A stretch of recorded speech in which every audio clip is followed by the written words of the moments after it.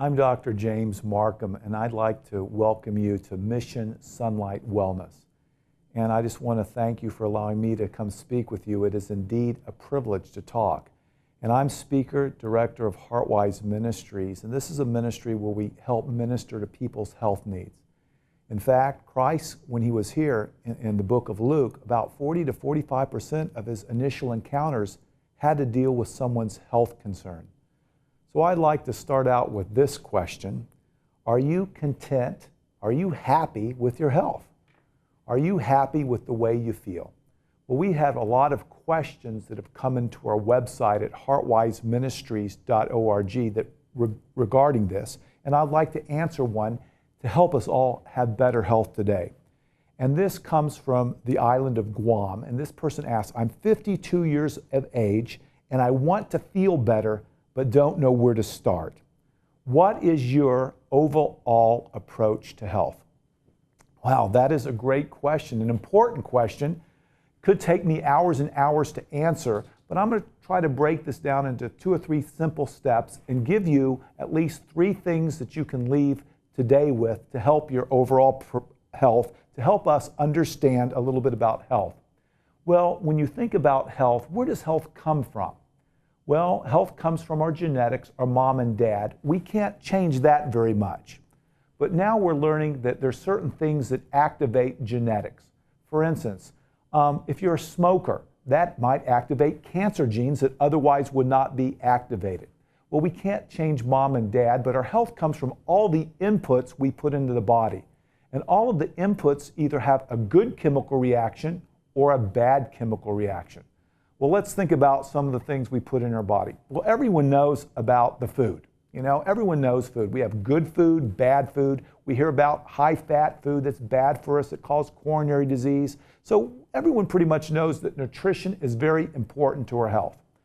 Also, equally important is all the inputs from other people and from our society and from media. Everything that we think, that we see, causes a chemical reaction. And I wonder, you know, when we put 8 hours of media on the average a day in our brains, are those good inputs? Are those bad inputs? Then we think about some of the inputs that come from our habits.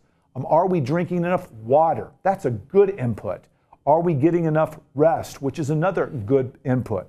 So if you start thinking about health related to inputs, the next thing I'd like to bring you to is this word called stress. Are these inputs creating stress on a system? Well, what is stress on a system?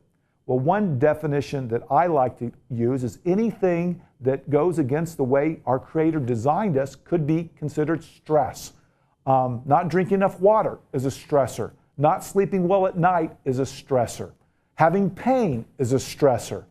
Not eating the right foods could be a stressor.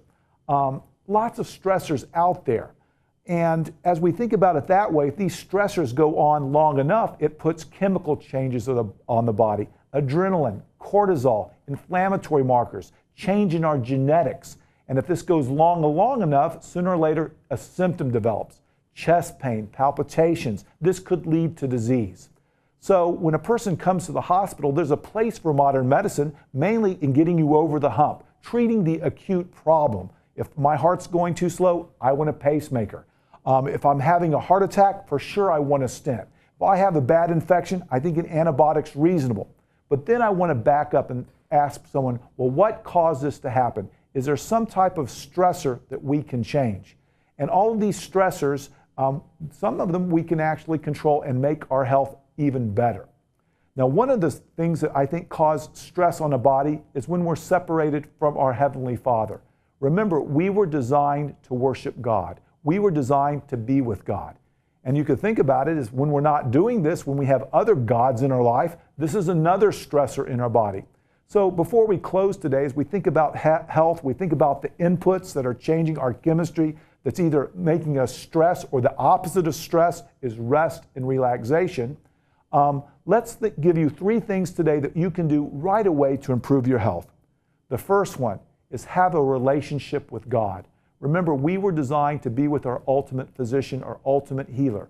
When we come to Him, we can have our brain changes. We turn down stress.